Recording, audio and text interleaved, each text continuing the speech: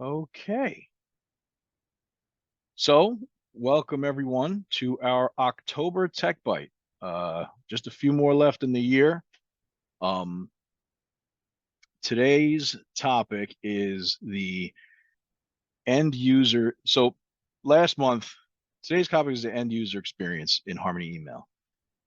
And the reason for this is that last month we did an awesome session. And if you haven't caught it, I would highly recommend checking it out on YouTube. An awesome session where we actually implemented live to a demo environment, a installation of Harmony Email. And we set it up, we attached it to Office 365 and to Teams, so I should say Exchange Online and Teams. And then we briefly looked at the policy, one or two other things, but we live installed it. This is that same environment, by the way, that we're going to be using today. After the call last time, I got a lot of questions during the call, but after the call, we had some great ones too. And a lot of people were asking about what does the user see? What happens when the user gets spam? What happens when the user violates a DLP rule? What happens with this? What happens with that? And so we got a lot of those questions, which are great. And we decided that it would make sense to go ahead and do a session where we look at the end users side of things, right? So to get started in that, you can see here, I'm in Harmony Email as I was before.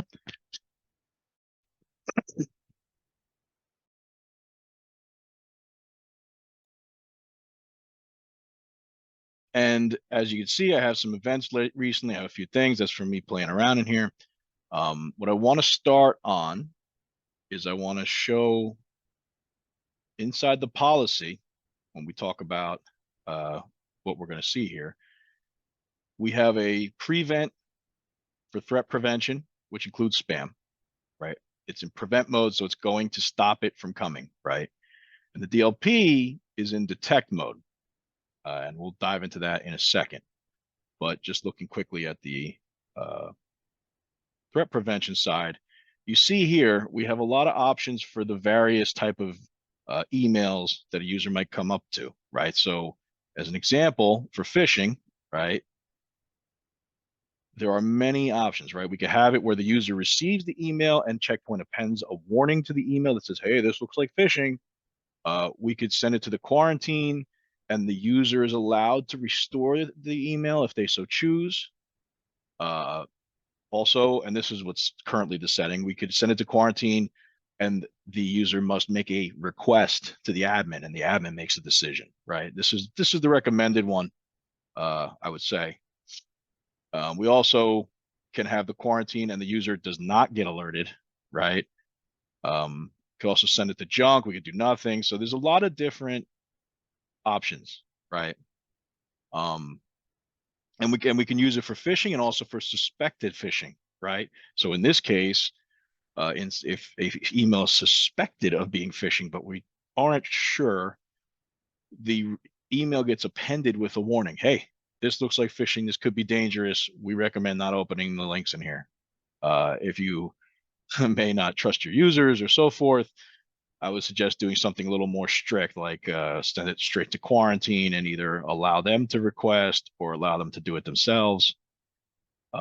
Same sort of settings for attachments, right? If it finds a malicious attachment, what will it do?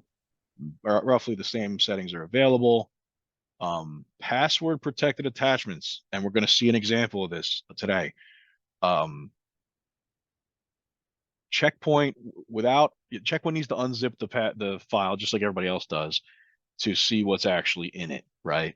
If it has a password on it, we have a couple options, right? You can send it through to the user with a warning. We can stick it straight in quarantine, and either the user can release or the admin can release. But what we are doing today, and this is probably the best one, this is the recommended one, is require the end user to enter a password. So I'm actually going to show you that when the user receives an email with an encrypted or password protected zip file attached to it, we have to go ahead and insert our password, right? Spam, one last thing, spam is set to alert the email, but go straight to the quarantine. So that's our settings that are available. I just wanted to review that, and you kind of saw what we have in this environment that's set. DLP, again, very similar. We have a range of different DLP categories. We have how sensitive we are to the DLP, right? And this is in detect mode. My lab environment doesn't have, because of the restrictions of my Office 365 lab environment, I can't flip it to prevent. That's a Microsoft, based on my subscription thing. But anybody who actually tries this out will be able to slip this to prevent if they wish. So that's enough right now for the policy. I want to hide this. There we go. So what does it look like, right? What does it look like? So here is one of our users in Office 365, right? This is Joe. And he sent some emails out, right? Let's say he sends an email to his buddy Alex, and he wants to tell Alex his social security number because he's not a very bright guy. And he puts 1, 2, 3, 4, 5, 6, 7, 8, 9. There you go, buddy. He sends this email. Actually, I just realized I don't have internal. I gotta go external. Sorry about that. So one more time. Uh,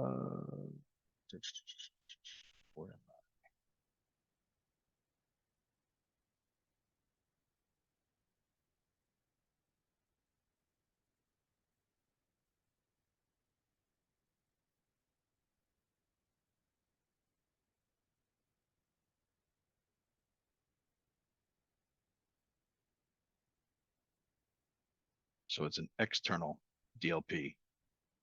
DLP 1, 2, 3, 4, 5, 6, 7, 8, 9. So we're going to send an external email with a social security number in it. We'll let that bake for a moment. What we're going to see come up in just a second is an email just like this one. This is what I did yesterday, where it says, hey, sensitive information was detected in this message, and it tells you a little bit about what you did and where it came from, right? So I'm waiting for that. That should come in just a second. An email notice like this. It did let it through because our DLP is in detect mode for email, as we saw previously. But we can flip that to prevent, and we'll see the user not be able to do that, right? So this is an email they'd receive about, hey, up here it comes. So there it goes. So you get an email, possible leak detected. Looks like you sent an email with sensitive information to a user outside the organization. And, look, I sent it. This is who received it.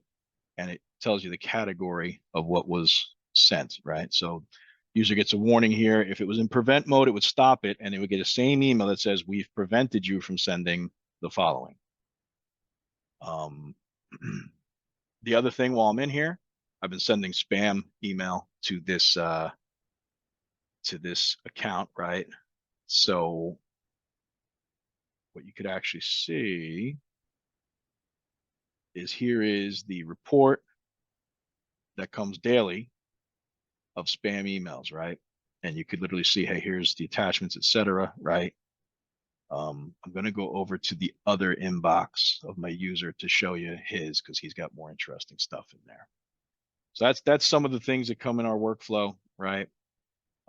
Moving over to the user, I have a user as well, because that was the admin. He's got a variety of things that came to him, right? And you see he got the email of the social security number that I sent just a moment ago, because he's not subject to the DLP rule. He received it. Again, he's got his quarantine report, right, for stuff that's happened in the last few days, right? The other thing that I sent with him is he also has some stuff he sent out and gotten popped on for the DLP. want to show you real quick the other thing. So I sent him a zip file, right, with a password that is password protected zip file. This was a lot of, like, a lot of questions about this. This is the email that that user receives, right? He received an email from my external email, and you see the attachment is removed, right? And a big pop-ups right here. It says attachments in this email were temporarily removed. They are password protected.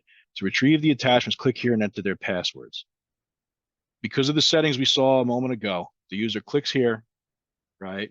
He has to type in the password. Now, if he types the wrong password, it tells him that it's the wrong password. But if we put in the right password, now Checkpoint has, what's happened on the back end is Checkpoint has opened that file, right? We're scanning it, we're learning about it, we're determining if it's malicious or not. We're doing all the engines that are available to Harmony email that we've seen and talked about in the last session and previous times. And you see right here, depending on the scan results, the original recipients will get the original email with all the attachments. So let's see. This could take a couple minutes because we gotta do the scan. Oh, there it is. So there you go. He gets the original email with the real attachment, which he can then download, and he could go ahead and decrypt and do as he pleases, right? So that's how the experience is with zipped passwords. Now, of course, if there was malware in that zip file, it wouldn't let it through, right? He would get a note, depending on your settings, he would get a notification. Hey, the file is malicious. You can't have it. Please click here to request it from an admin. So that's the major questions I got about email. Do we have any questions today based on that? I'm going to check the chat real quick. I don't see any, which is okay.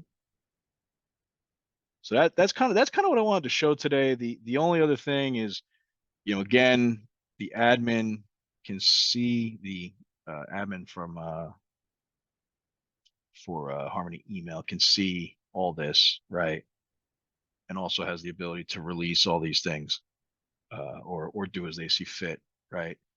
So you see right in events, here's like the PII we saw in my message, right, that I just sent on Teams. And we could dig through and figure out why it thinks, right, thinks it's PII, and we could, do as we please with this, including letting it back out, right, as an admin. So that's kind of the flow there. Any more questions on what we've seen today?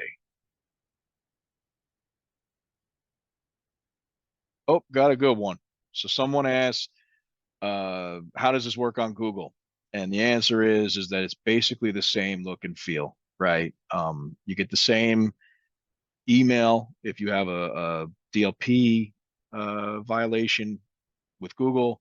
You'll get the same email with the spam quarantine notice and the spam report for the daily report.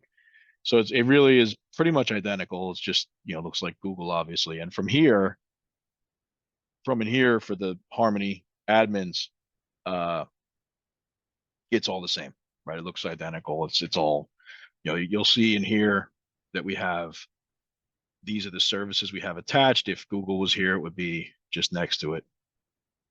And that's pretty much the only thing. So that's a good question. The other question I got, which is kind of this kind of piggybacks something we talked about last time, is somebody's asking about we were talking about a 14-day assessment using this tool, right? So if you watch the last video, last month's TechByte, you'll see that it's very quick to get this started. It's literally if you watch the TechByte, I literally got it started in under 5 minutes, including explaining every step of what we were doing, right? So it's very fast to start it up. We've been using it as an email assessment, right? Customers attach it to their Office 365 behind whatever product it is they have for email protection, whether it be Microsoft or Barracuda or Mimecast or Proofpoint or whoever, Cisco. We put it in, we let it run, we just put it all into tech mode, don't stop anything, don't notify the users on anything. And we simply are just learning about what is getting behind uh, that your current email gateway. And it's a good test to just see how your email gateway is working, and if you want to fine tune things and stuff like that. So we've been doing that similar to our security checkups on site, with the firewalls, if you're familiar with those, but obviously in email format and much quicker because it just pops right in. At the end of the assessment, we generate a report and you can see, what it caught, what it didn't catch. Of course, while it's going, you're going to see the events in here, like we're seeing at this screen. So, but yeah, we would be happy if anybody wants to try that out and do the assessment. We would be very happy to go ahead and fire that up for you. Good question.